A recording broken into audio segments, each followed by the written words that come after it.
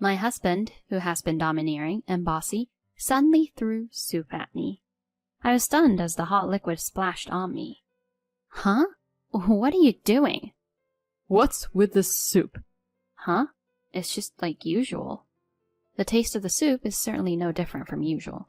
The ingredients are also prepared exactly as my husband specified, so it should not taste bad at all. No, I can't eat this soup.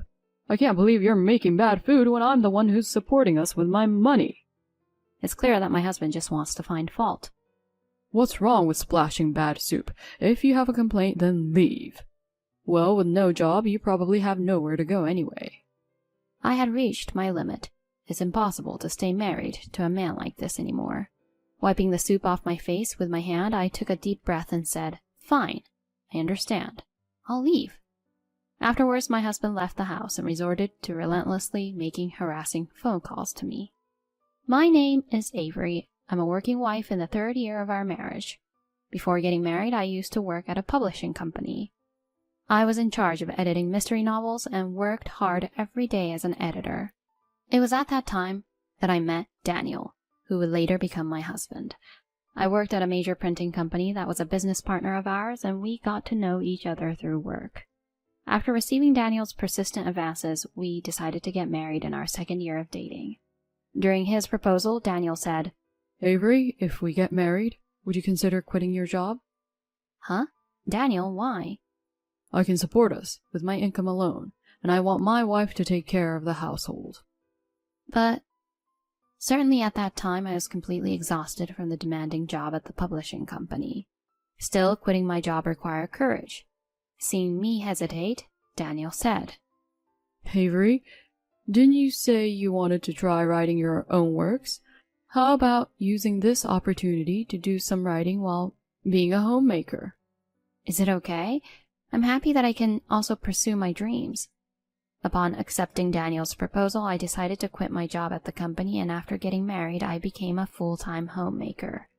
While managing household tasks, I also dedicated myself to writing in front of my computer. Turning the mystery novels I had dealt with as an editor into actual written books turned out to be much more challenging than I had imagined.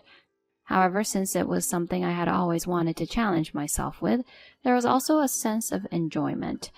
I had to express my gratitude to Daniel for allowing me to pursue what I wanted to do. I made sure not to neglect my household duties while being thankful to my husband. But gradually I began to see some shadows in what had initially been an happy married life. Daniel began to constantly find fault with my household chores. One day, as usual, I was preparing dinner and waiting for his return when Daniel came home late. "Welcome back. You were late today." I greeted him with a smile, not showing any displeasure. However, Daniel frowned as he looked at the dishes arranged on the dining table. Huh? Fish today? Yes, fresh fish was on sale. Right after I answered, Daniel let out a deep sigh. What's this? I wanted meat today. I don't want fish at all. Huh? I was taken aback, and Daniel pushed the plate towards me. Leave this for you, Avery, and make me a meat dish. Even if you say that. Come on, isn't it a wife's duty to quickly prepare what her husband wants to eat? With that said, I couldn't respond with anything. In the end, I had to make another dish using the frozen meat that day. Furthermore, Daniel didn't do any household chores. Even when he had a day off and was at home all day, he would play games on his phone, ignoring my busy work. I couldn't stand it any longer and decided to talk to him. Hey, Daniel, if you have some free time, could you help me hang the laundry? Huh? Why me? My husband looked at me with an incredulous expression. Well, today's your day off too, and it seems like you don't have any plans. When I responded like that, Daniel sighed and called me over. Listen, I work outside every day, unlike you. Don't you think I deserve a break on my day off? I do household chores every day, and I also write. Upon hearing this, Daniel chuckled dismissively. That's not worth a cent, is it? I'm the one earning, and you're just living off my money, right? Yes. In that case, at least do the household chores perfectly. Don't ever think of making me do them again. I understand. I was frustrated, but as Daniel said, I wasn't the one earning money. I felt a sense of obligation for being a homemaker, so I had no choice but to follow what Daniel said. Was it from around that time? He started saying that he was busy with work and the days he was away from home increased. On weekdays, he often worked overtime, and there were also many instances of him working on weekends.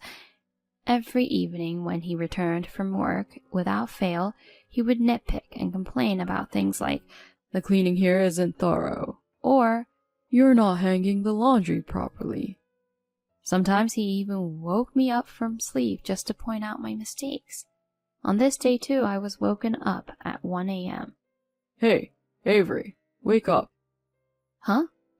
What? In my groggy state, I panicked, and Daniel spoke with an irritated tone. "The floor cleaning is inadequate. Redo it now." Huh? Right now? I vacuumed the floor earlier this afternoon. "It's still dirty. Just get up and clean the floor." This is... Daniel stood with his arms crossed, keeping an eye on me. I ended up cleaning the floor in the middle of the night, even though it wasn't dirty. "I'm going to take a bath and sleep. Don't sleep until you're done." Saying this, Daniel passed by me. At that moment, I caught a scent of woman's perfume that I didn't recognize coming from him. I was briefly unsettled, but it didn't seem like the right atmosphere to confront him. It must have been transferred from someone at the office, right? Deciding to think that way, I continued with the late-night floor cleaning. During that time, I was rushing to finish household chores and then concentrating on writing in the little time I had. At first, I had thought about writing a full-length novel to submit to a publishing company or enter into a competition. However, given my current lifestyle, it seemed challenging to complete a full-length novel. Therefore, I decided to serialize it on a publishing website. Fortunately, the works I submitted began to gain readers little by little. Seeing the comments from readers was also an encouragement to me.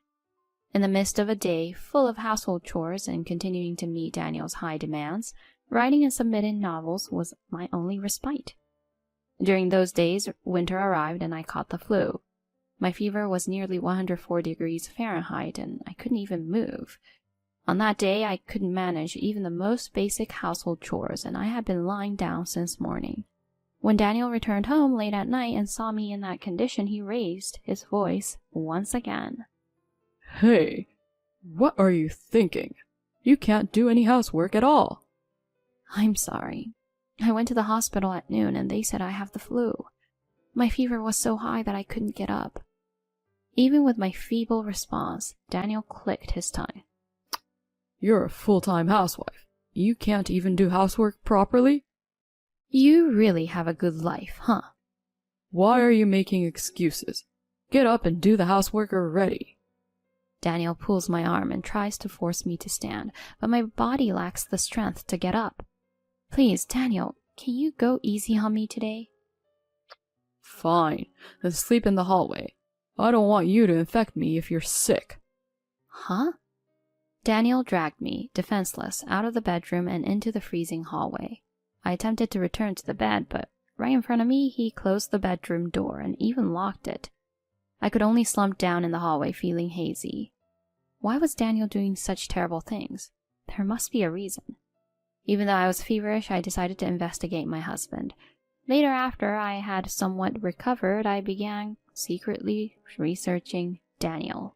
On the surface, I continued to do housework and cater to his demands so that he wouldn't suspect anything. And I spent my savings from when I was single to hire a private investigator. Remarkable facts came to light.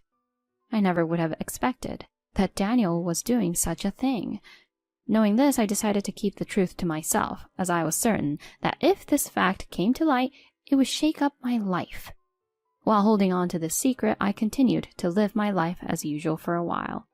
Meanwhile, Daniel's terrible behavior remained unchanged, and the stress of keeping this secret began to take a toll on me. I was losing weight rapidly, and I even started experiencing chronic stomach aches. At this rate, I would be in a bad state. I needed to do something. During that period of contemplation, I received an email in my inbox. A few days later, I was waiting for Daniel as usual, cooking dinner. I prepared dishes that were Daniel's favorites. I hope he won't complain today. I wished that as I arranged the meal to match Daniel's arrival time. Hey, I'm back. My husband returned home after 10 p.m. Welcome back. Dinner is ready. Huh? Lamb steak tonight? That's great. Daniel seemed strangely cheerful.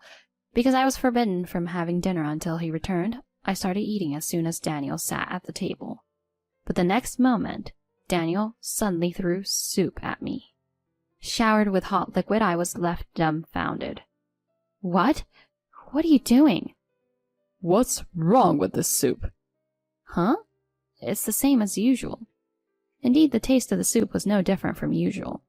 The ingredients were also prepared exactly as Daniel had specified, and it certainly wasn't bad.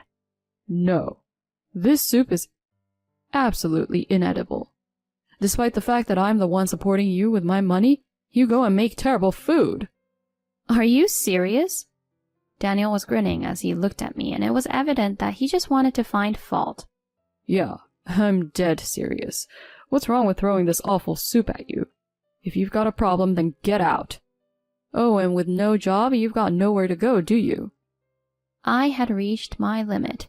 I couldn't bear to be with a man like this any longer.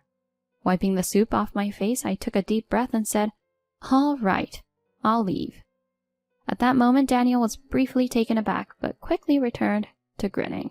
Huh, you're just pretending to be strong. Well, if you can't leave, then go ahead. I know you'll come crawling back soon enough. I left the table in silence, took a shower, and packed my things. Daniel was already snoring in the bedroom, so I left without saying a word. The next day, while relaxing at my parents' house, I received a call from Daniel. When I ignore it, it persistently calls every few minutes. It's what you'd call harassment calls, you know.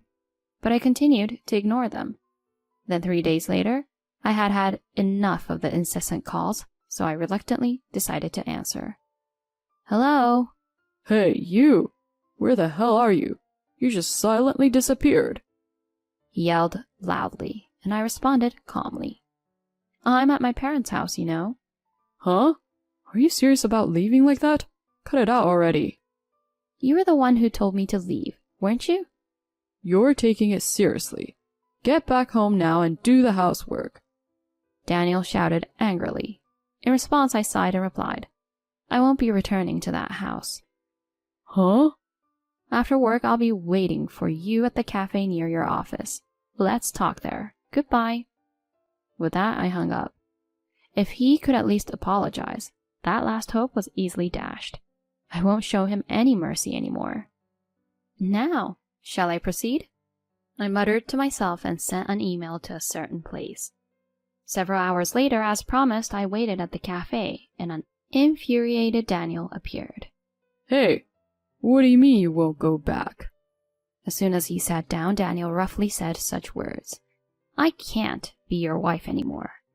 I answered quietly, and Daniel turned red and was about to speak.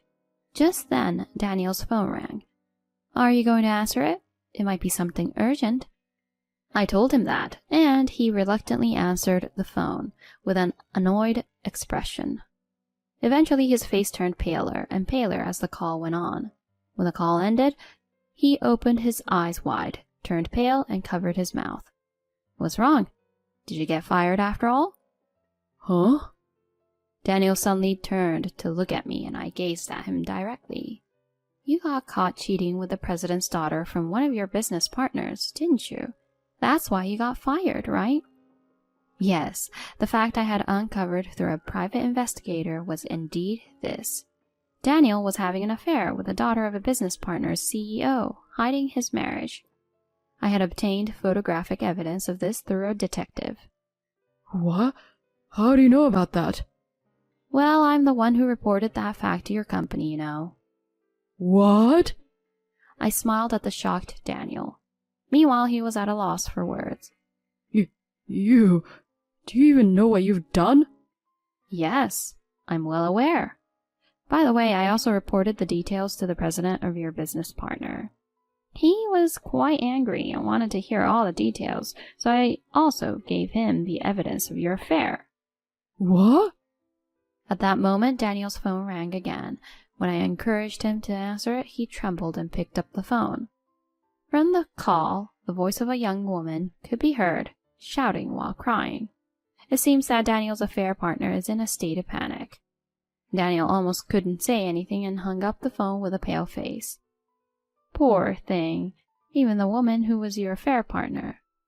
She was just deceived, after all. You lied to her, saying you were single. You? When did you find out? Daniel asked in a fluster, and I answered calmly. It was just about a month ago. At first I thought I'd keep it to myself. Because you see, if this were to become evident and you were to lose your job, it would mean I couldn't support myself either. That's right. You're living on my money. What do you think you're accomplishing by doing this? You'll end up in a dire situation too. With a bright face, Daniel lashed out at me. To him, I calmly responded, Well, if that's the case, don't worry. I have my own income. Huh? I explained to a stunned Daniel. I had been posting mystery novels in between household chores. Moreover, it gained a large number of fans, and as a result, it's being turned into a book. The email that arrived while I was troubled by my husband's affair was the news of its adaptation into a book. Additionally, this was one of the reasons why I chose to get a divorce this time, believing that I could become independent. What? What's that? Then you better support me next time. Because of what you did, I might lose my job, you know?